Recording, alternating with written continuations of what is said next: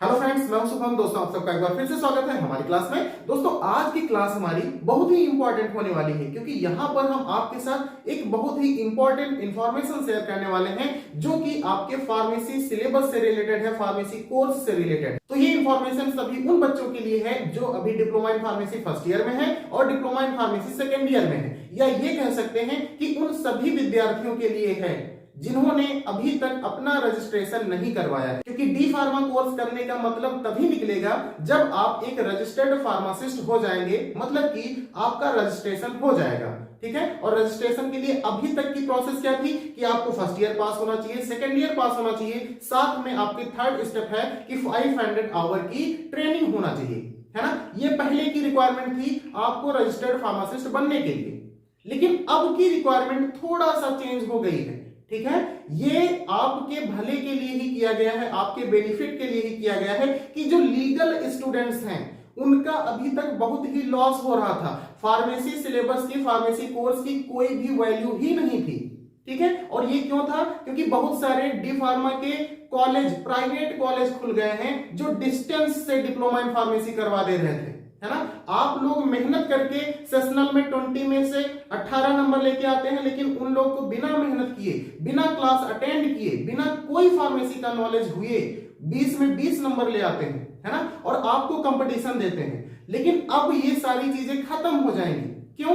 क्योंकि diploma in pharmacy के अंदर अब एग्जिट एग्जाम लागू हो गया है। 24 फरवरी 2022 को ये आपका अध्यादेश जो था ये गैजेट में पास हो चुका है और अब वर्किंग में आ गया है। मतलब कि अगर आज की कंडीशन में आपको रजिस्ट्रेशन करवाना है तो आपके पास पहला तो diploma in pharmacy first year, दूसरा diploma in pharmacy second year और तीसरी रिक्वायरमेंट 500 आवर की ट्रेनिंग। इसके साथ साथ एक चौथी रिक्वायरमेंट आपको एग्जिट एग्जाम भी क्लियर करना होगा। ठीक है। तो diploma in pharmacy exit exam DPEE, इसको हमने नाम क्या दिया है?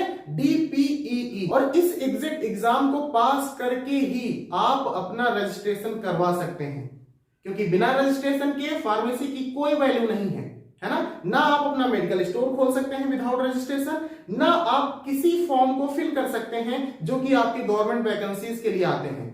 ठीक है। तो रजिस्ट्रेशन मस्ट है और रजिस्ट्रेशन के लिए डीपीईई को पास करना मस्ट है। तो चलिए अब बात कर लेते हैं कि आखिर ये डीपीईई जो है इसमें होता क्या है, होगा क्या। ठीक है। कैसे पैटर्न रहेंगे, कैसे क्वेश्चंस होंगे, कौन इसकी स्कीम बनाएगा, मतलब कि एग्जाम शेड्यूल कौन डिसाइड करेगा, एग्जाम सिलेबस कौन डिसाइड करेगा, तो इनके बारे में बात कर लेते हैं। तो देखिए, डीपीईई मतलब diploma in pharmacy exit exam जो है आपका, ये टोटली अंडर कंट्रोल होगा फार्मेसी काउंसिल ऑफ इंडिया के। वही टाइम टू टाइम अगर आपका सिलेबस रिवाइज होता है तो आपको नोटिफाई करेगा और आपके एग्जाम शेड्यूल को डिसाइड करेगा। ठीक है। ये एग्जाम एक साल में 2 बार होगा।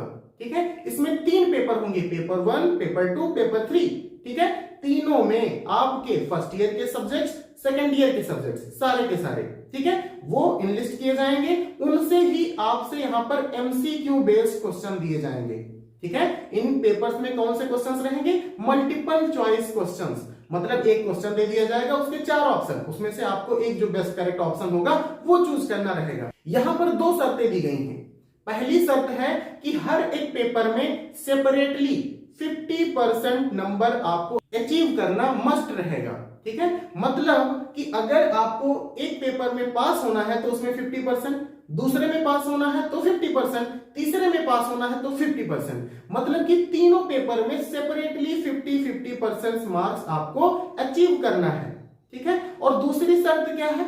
दूसरी शर्त इन्होंने रख दिया कि भैया अगर आप एक पेपर में पास हो गए, सपोज आपने पहला अटेम्प्ट दिया और एक पेपर में पास हो गए, 2 में फेल हो गए, तो आप फेल ही माने जाएंगे, मतलब आपका रजिस्ट्रेशन नहीं होगा। आप अगर 2 पेपर में पास हैं, एक पेपर में फेल, तब भी फेल, मतलब एक साथ आपको तीनों पेपर क्वालिफाई करने पड़ेंगे। 50% नंबर आपको तीनों पेपर में एक साथ लाने होंगे, तभी आप रजिस्ट्रेशन के लिए अप्लाई कर सकते हैं। समझ के एकदम क्लियर?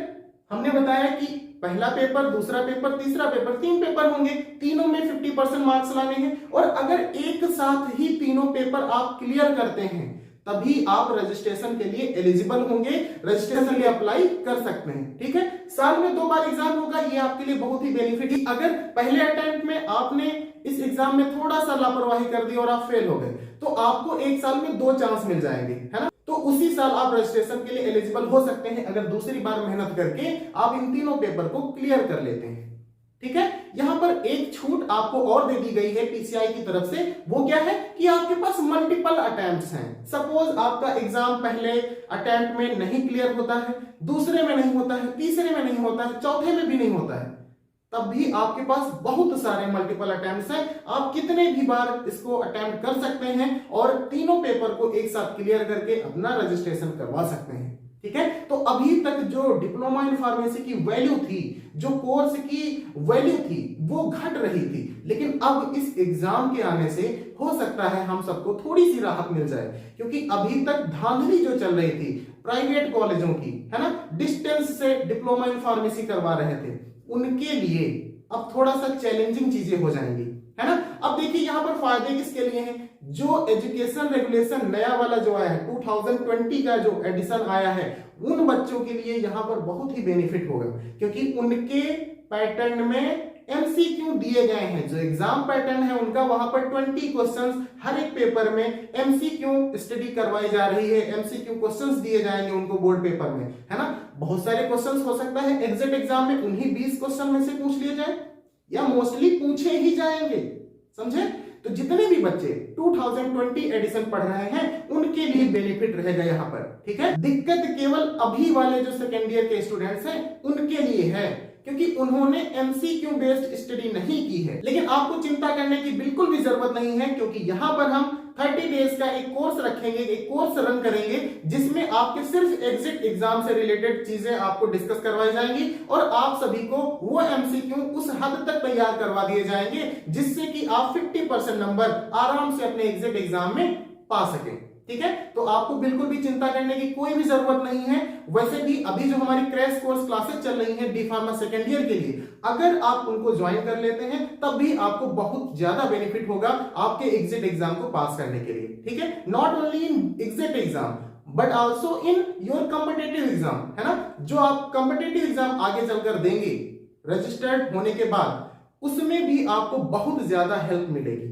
ठीक है, तो बाकी की अगर कोई भी आपको कंफ्यूजन है, डीपीईई जो है इससे रिलेटेड कोई दिक्कत है, कुछ भी चीज यहां पर नहीं समझ में आई है, तो कमेंट सेक्शन में आप उसे क्लियर कर सकते हैं। बाकी की अगर आपको क्लास के बारे में, हमारे क्रैश कोर्स के बारे में कोई भी जानकारी चाहिए तो उसे भी आप कमेंट सेक्शन में डिस्कस कर सकते हैं। We will definitely response. Thank you.